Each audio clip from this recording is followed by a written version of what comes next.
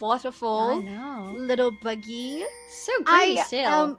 Right, like the whole map is amazing, and we wouldn't even know all about it if we didn't have this amazing observer and production on the back end. Look at that. This game is gorgeous, isn't it? Oh yeah, and we have already the first Drake. Look at that. The first Drake of the game is going to be the mountain one. So a little bit of a spoiler, a little bit of important information. But what is the most important is that, ladies and gentlemen, welcome to this game. G2 Hell are going to be meeting up with the Zerolag female. And look at G2. The moment Bloxer is not here, they want to go for some cheeky action on the bot lane. Not going to find one, but it's an attempt and we respect it. Yes, the only thing they take there is that Karma placed the ward and they were able to take it down. Though they seem to be very aggressive in pushing for this one. A nice ward from Aziris as well. They, I don't believe, yes, they have a ping there. Yeah. So Zerolag knows there is a ward. They are aware that Sejuani is on the red buff instead of the bot path here. So at the end of the day, this has only been for controlling your vision. And Solari, I am not mad at all. I know, right? Again, going counter jungle is not that efficient anymore, and you'll want to focus much more on your own jungle. But at the same time, we were talking about the whole bot lane situation with the Sejuani potentially ganking and changing everything so much, or the whole balance on the bot side of the map. This ward is so important for you to have an understanding, a general understanding of how Sejuani is moving around the map. Now the bot lane will be a little bit more prepared in terms of the timings, understanding when Sejuani might just be coming their way. Yes, and we see how both junglers are in the top path there. They are going to converge for the bottom, have a nice clear, full-on clear on the jungle. And when they do so, they're going to meet at the Scuttle Crab in the river, then possibly transition for that gank in the bot lane you predicted there, Solari, which will depend on how they're pushing. And it looks like Varus might be the one that's more on the pushing side of things. For the moment, yes. The lane seems almost at the mid stage of it, but Varus is indeed a little bit more pushy. Oh, the thing is, how did that not hit? The thing is, the hitboxes in this game can be a little bit tricky sometimes, and you never know when some things are going to hit you or not. Have you ever played against Morgana, my friend? Oh my god, so true. Those hitboxes can be so deceiving. Nice bounce there from Aziris. But I think Colombo was not expecting that not to be a max range. They were fully expecting it to hit. So was I. I believe you were as well. Yeah. So, especially since Nautilus, you talked about hitboxes. Nautilus is the one that has the biggest one of them, doesn't it? Kinda true, but you never know what to expect from this one, to be honest. But here you know what to expect from Nautilus in general. You know that the engaged supports are going to be stronger in the early game compared to enchanters, so you want to see him engaging, but you might not want to see them in your jungle. Yeah, they are able to clear out the water from Zerolag in that bush. They still have one here close to the tri-bush as well. So once again, just fighting for the vision, and I think that was really good. They made Zerolag's bot lane have to reconvene as well there in the jungle, and that probably made them miss a couple of CS. I believe that Aziris had to come as well, so it might have been a problem for Zerolag, which is very nice executed from G2 instead. Yes, and G2 are feeling comfortable in this part of the map right now. Look at that, the first Scuttle Crab has been taken. Might be a possibility for a double Scuttle here, but I'm not sure about that because Karina has to go and finish the clear in the bot side of the jungle. And after that, I think she's going to meet the Wind Raiding Kayn on the Scuttle Crab, or going just to meet the Scuttle Crab already dead, you know, just see the corpse of it.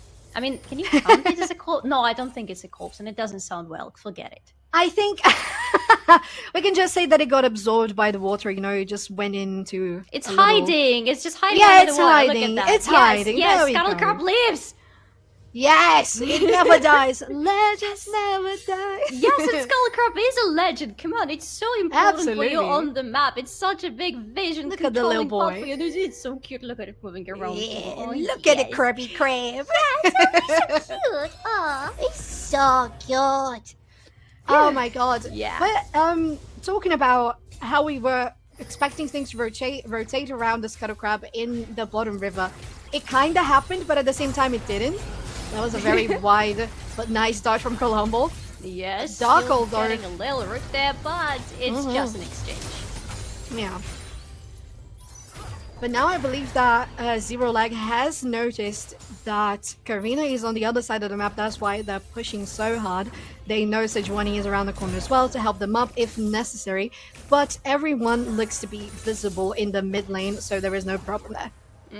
But this is good time to start dominating your lane because the dragon is up, as was shown very nicely to us by production. Thank you very much for the beautiful shot there. Oh, look at the top in the meantime. Lysia is taking quite some damage. The thing with the Gna is the small Gna deals quite a lot of damage, but the moment you're able to gap close to him, you can bully this little thing. As long as you know he's not going to rage for you at you for doing that and turn into a big one. Oh my god, this is so cute! It's not the cutest skin for Gna, but oh my god, it's still very nice. I mean, I think it looks adorable. Yes. The chroma as well. I think that's a chroma. Usually the very green skins are chromas. Yeah, they tend to be. Right? Well, TP used by Lysia because G Wofi pushed so much in the top lane, and Colombo looks to be very much interested in something, and so are the two junglers. They're coming in, and the route on a series followed up by a cleanse has been lovely. Cultist, though, has been taking a lot of damage. Follow up from Rintredy Kane, and flash forward for Colombo as well. Karina's there. The damage is gonna fall. First blood for Cultist. Another one down. Misfortune is gonna be the next one. Karma as well. A triple KO for G2 here in the early game. Incredible how they made that happen. Starting so very strong. Absolutely love the fact that Karina was around by the moment we win trading Kane. I'm even losing my ability to speak. Decided to go on the bot lane and have some action there. Both all the junglers were around the bot lane, which makes so much sense again considering the fact that this dragon is already on the map. This was a very beautiful initiation from Colombo there. Finally, that hitbox hit exactly where it was supposed to hit. And Ignite was used onto Cultist, hoping to take her down, but it was used a little bit too preemptively. Still enough healing to get out of this situation. And look at that, Trundle goes in, and Trundle in the early game has some absolutely ridiculous amount of damage, and you absolutely don't want to see him around your lane because as much as Sejuani is tanky and has the damage as well, she cannot really compete with Trundle, and not many junglers can compete with early levels Trundle. That is so true, Solari. And one thing that I like to add on that engage from Colombo is how they used the support item, right, to finish off and execute the minion and instantly go for the engage, instantly go for the hook just behind it. So it was super nice setup. It was very clear that Azirus was gonna be knocked down. Colombo looking for another one. Sejuani is around and they have been spotted. So blue team is going to decide not to pursue any further. It would be a 3v2 and they're not very interested in it. No, when it comes to the early trades and the early skirmishes, G2 really want to have Trundle next to them because Trundle is the thing that is going to carry the team in the beginning of the game, and later on when everybody is finally grown up, they will carry the little Trundle on their shoulders because he's going to be more of a utilitarian tool. But for now, he is able to chunk somebody very quickly, so when it comes to any fights, you don't want to start them or to have them if Trundle is not around. And with Trundle taking down the first herald of the game on the top side of the map, you want to be very protective on the bottom side. Yeah, you really do. When Trading Kane is there, know that there is a tri-bush ward, so they're going to be careful not to be spotted. But it's very important as well that they are around the area for the Drake, and especially to keep the pressure in the bottom lane, so Cultist and Colombo can't follow up and do anything to try to steal it, because, well, Varus can be a very potent stealing weapon if they go for a nice timed shattering arrow there. So I don't think that's going to happen though. They're still very much entertained. Syndra has followed up to Apollonia just to make sure it was going to be safe, and the first Drake will go to Zerolag. Just to secure the grounds a little bit to make sure absolutely nobody from G2 is coming their way. It's a very nice first Drake to have, to be honest. It's not maybe the best one, because usually if it's the first Drake, something like Infernal one or the Hextech one, something that's going to scale up with you as you go into late into the game, it's a little bit more beneficial, but still it's a nice one for the laning phase, so Zerolag should be pretty happy with that. Yes, and it's also a possibility to see the other Drakes coming into action for Wind Soul. Trading Cane. Wind Trading Cane was just in a fog of war there. They're gonna go for Colombo knock-up on both of them. The damage from the arrow is insane, but the bullet time to zone them away. Colombo's still healthy enough. Tifa and Karina joining the party. This might be a bad situation for them. It's gonna be stacked hook on Encore. And once again, Wind Trading Cane that looks to be in a very nice position for Zerolag ended up falling instead. Oh yeah, wait, it might not just be finished yet because there is Karina out of the bush! One kill into her pocket as well as a series is going to go down, and it's quite some turret plates as a trophy for you and the Herald as well. This is going to be a turret going down. What a beautiful exchange in the end for G2. 5-0 they go in this game already, by the way, but come on. Have we talked about the chain of control available for G2? Because once somebody is hit from the side of Zerolag by anything from G2, what are the chances they're ever getting out?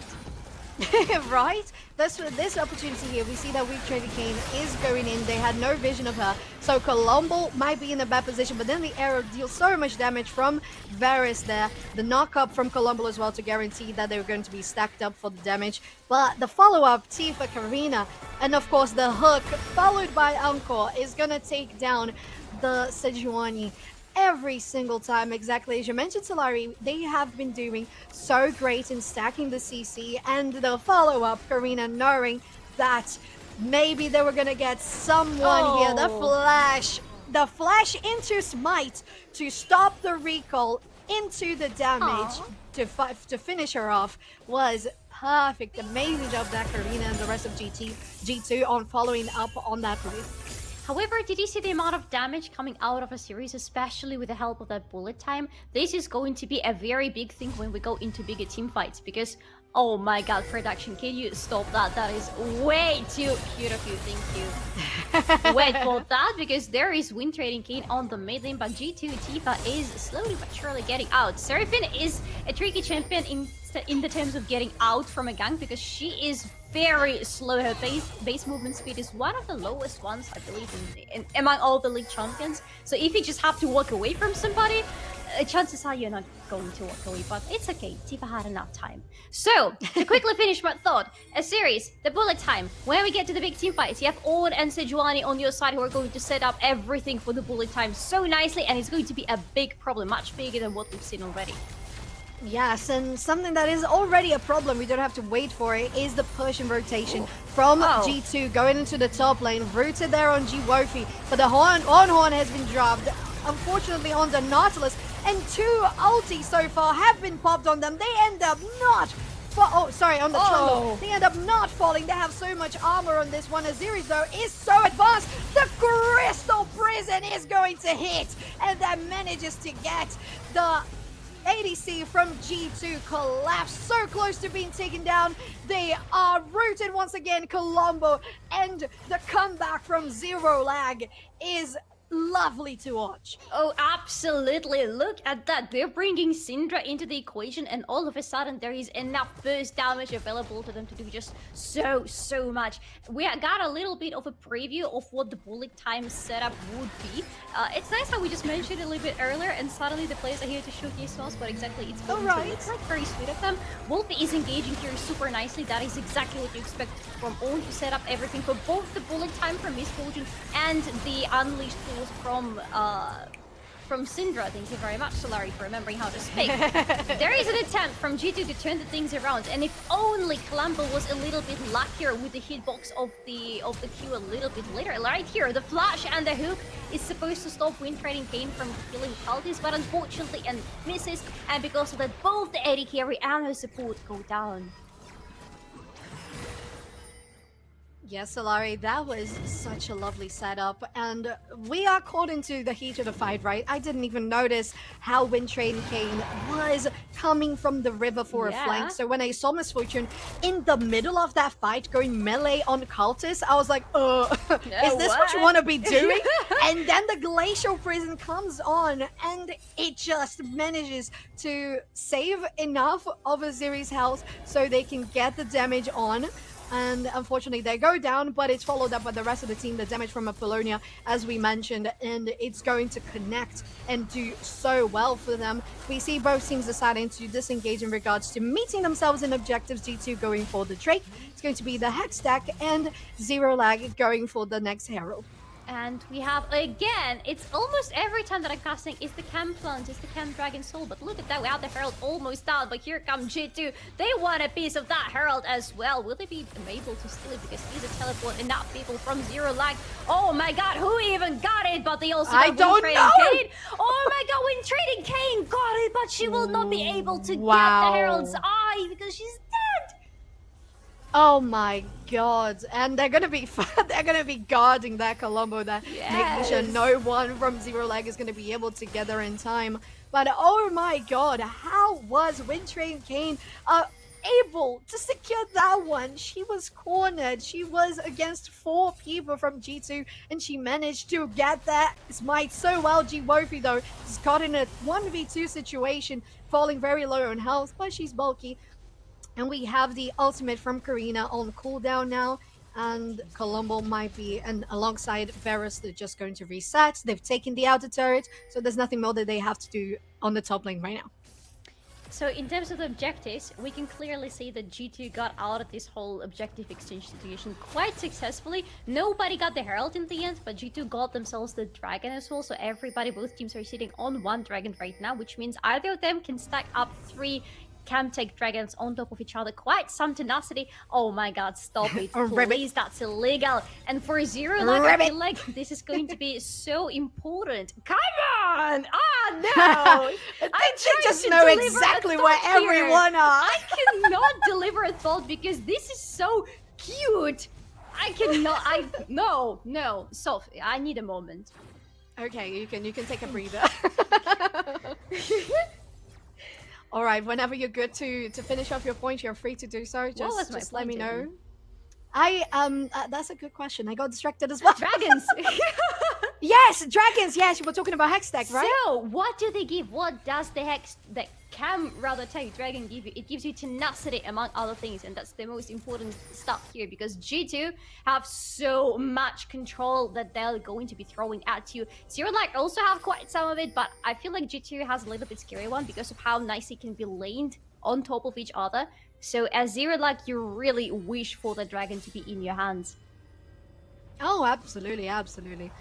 Right now, on just a slight gold lead for G2, because of the pressure that they had in the bottom lane and the top lane. They got the outer turrets there. They're pushing for this one as well. And Karina also trying to get something out of Wind Trading Kane. They're just going to zone them around while the rest of the team will take the turret. Engage going in on Wofi. Nice knock up on 2 players there. Apollonia tries to get a nice stun. But unfortunately, all of the abilities were a little disconnected. You didn't get the stun, you didn't get the knock up, and you didn't get a good bullet time. I know, those are gorgeous. I know. That's some illegal stuff going on with the production. What was happening in that fight is a very interesting thing, and if Zerolag continue to deliver this interesting thing to us, it's not going to be that interesting to them anymore. But look at Wind Trading Kane going in and missing the glacial prison, and you cannot really continue. But she disagrees with me. She still goes, and Karina has to flash away. Oh no! Oh my god! In the meantime, Kama is going down. It's a beautiful encore and a beautiful engage from Wolfie. Everybody's so low health on the side of G2. They have to keep flashing away. Columbo is trying to be the sacrificial lamb to stop everybody from Zerolag from following up on a teammate, and apparently it works. Gosh, Zeros was so independent there and confident on her positioning. She was very aggressive on it once the fight turned back around, because at the beginning it was G2 all the way, and then when Syndra Apollonia got to hit some abilities there, it was great. Let's have a look at the replay right now. It started with the Glacial Prison. It does hit, but we don't have any follow-up. We don't have the on-horn. We don't have the bullet time. But then Karina gets caught up there, have to flash away. The hook on Karma is going to be the first one to be taken down. It's followed by Sejuani herself, but G-Wofi goes in, followed by the stun from Apollonia is going to be able to do quite a lot. Colombo goes down. Aziris has to flash away to maintain a little bit of a health bar. We like having that to be Oh. alive. And I don't think did we watch that? I didn't see that No, happening. we did not see Cultist that. with It a just flash happened. forward, right? Getting the kill on the arrow. Ballsy, but at the same time, it's an ADC with no summoner special, Larry. Yeah, and that's not exactly what you want to see, especially when the dragon is spawning, but you're in a pretty good position to go and try to take it when you are G2, because you're already at the pit, and it's really hard for Zerolag to find their way here. They have absolutely no vision at their Eve or anywhere around the Drake whatsoever, so they cannot really go and contest this one. The second Drake of the game, of the team rather, goes to G2. Is an attempt to go in again because that's an oh my god, that's Lysia with a mega knot form going in immediately. A beautiful ankle hitting 3 and granting Tifa a kill, and they can continue. Sindri's trying to do something, but can you really do much except for going gold here and trying to survive for a little bit longer? Yes, you can flash out and live. Well, unfortunately for Zerolag, the bullet time hit a lot of people, and it lasted quite a little bit before the Encore hit Misfortune, but unfortunately she doesn't have as much damage. She hasn't finished the second item, which would be the Bloodthirster. She has the Kraken Slayer, and it's going to deal the damage, of course, passively, but Zerolag has to try and get a nice positioning here. Dark Dell is going to dodge the hook. Damage on Colombo is going to be enough, but the Baron is falling very, very low. It goes for the blue team. The engage there. Wind Trading King just trying to limit the number of players on G2 that have the buff, finishing it off with Unleashed Power from Apollonia. They make it for only 3 Baron buff players standing. Karina is still there, but no, nobody's going to chase on her. All right, what do we make out of it? We still are talking about a lot of setup need for Zerolag to be able to execute their tools, but we're not seeing enough of it, unfortunately. Here, Lysia, keep an eye on that now, because this is absolutely beautiful. Immediately followed up by an encore, hitting so many people, but wait for a moment, because G2 are not done here yet. They're trying to follow up again. 2 ultimates on top of each other, because it's not enough control with just one. Oh my god, that Kama is surely going to go down. Wolf is trying to be that front lane, but taking so much damage, you cannot really survive as a tank anymore. Everybody from G2 is here. Karina is very low health. She needs to step back a little bit. Oh my god, Misfortune is completely gone now. Oh, that was very unfortunate, but so well executed. Every opportunity that Colombo has had to go for those hooks, she has been doing it, and it's working out so nicely. So definitely having Nautilus such a tanky and engaging support has been working amazingly for her, alongside Counters as well. And the oppression that Karina has been doing all throughout the game, it's working amazingly for G2. They're looking much healthier this time around, pushing another tower. They still have a Baron buff, but Zerolag is not going to let that be much of a push. They're going to defend, at least try to position themselves, so no other turret goes down at this time. They still have the Baron buff on quite some members of the team, so they can continue pushing. You can see Karina, who has the buff, still is on the mid lane with Tifa. Tifa also has, yeah, she also has the buff, and then there is Varus on the top lane with the buff. Oh my god, Wind Trading Gain is going out to Karina. Karina, you don't want to be here, because you have been strong throughout the game, but not that strong anymore, and not against so many members of the enemy team. Yes, that was very nice for Zerolag, as they deny another of the Baron buffs that G2 has had right now only on Tifa, and that's such a cool skin. Yeah, I think this is the first time I've seen that Nautilus skin in game, and it's amazing. Yeah, same, honestly. Yeah, look, it looks really cool. Which one is it? I don't know. It's like a oh, I think a Mumu has a one on the same skin line. It's like Halloween with candles and stuff like that. Oh, it makes sense. Yeah.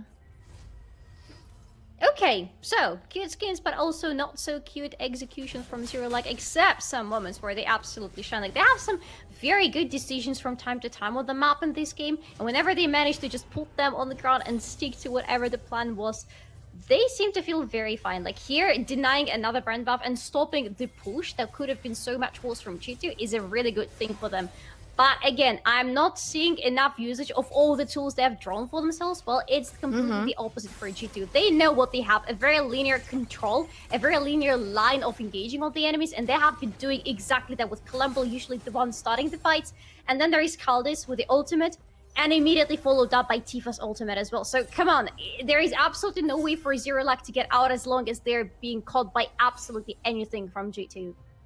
Yes, and unfortunately for Azir is that if she has a channeling ultimate, that's going to be so hard because, as you said, you're going to be having all the CC one chained on the other, and in a line like that, they're going to aim for you. Misfortune is going to be the main target alongside Polonia on the Cinder as well. G2 positioning themselves for this next Kim Tech. I don't think, and I don't think they are, and I don't think they should. Zerolag try to contest this one. They should just try to push the lanes, get the pressure out of their base. They don't have any of the mid turrets there, so just the base turrets, and it's going to be harder for them to defend. So they need to push the waves. They need to get the farm. Especially, once again, I will mention, Misfortune still doesn't have the Bloodthirster. It's a very expensive item, but it's going to be very necessary if they want to deal damage on this very tanky comp.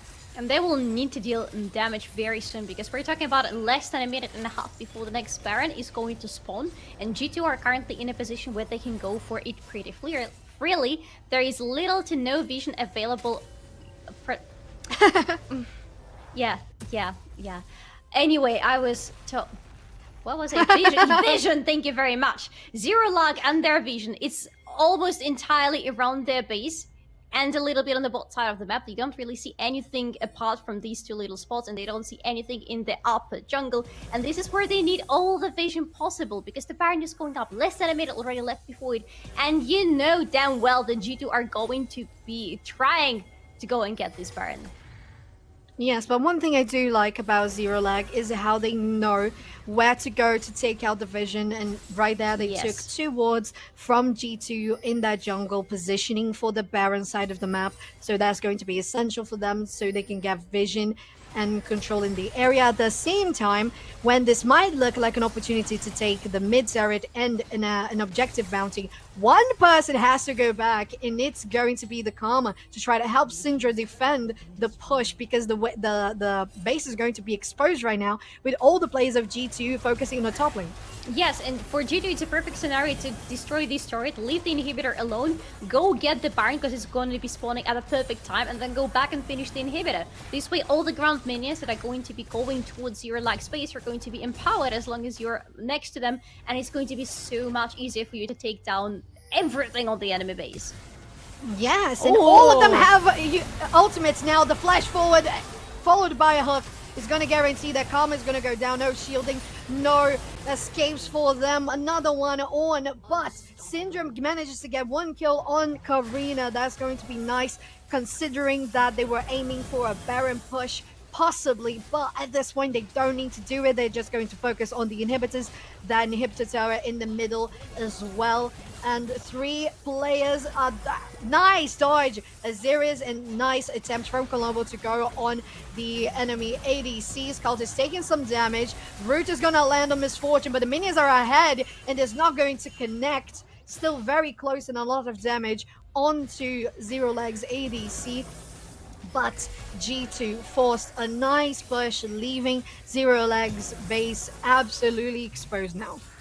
A couple of seconds before Karina is going to respawn. Very good time for G2 to go back to the base, get some gold used, and go back and try to secure this Baron finally and go push through the final inhibitor. This is beautiful. Wolfie is completely separated from the rest of the team, and this is absolutely not where you want to be seeing her, because again, you need this Ornn to be acting as the front lane, and the front lane is supposed to be standing before your own back lane, you know? So when Ornn is so far away, yes, it takes some members of G2 to take this champion down, but it's not like G2 lack damage. They can sacrifice somebody to go and deal with the tank while the rest of the team are dealing with the backline of the enemy.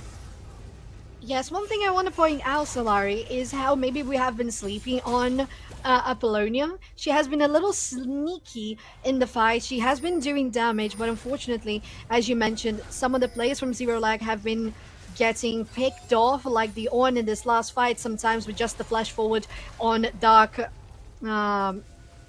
Dell, sorry, and that's going to be hard for Syndra to try and be in a good position to deal damage because she's 5-0 right now, so she has the damage, but unfortunately she hasn't had the opportunity to deal it. And this time around, she's in the top lane trying to push the empowered minions. Super minions are going to be very hard to defend, but she has to do it when Trading Kane is protecting her on her flank, getting some protection on that important mid laner for Zerolag.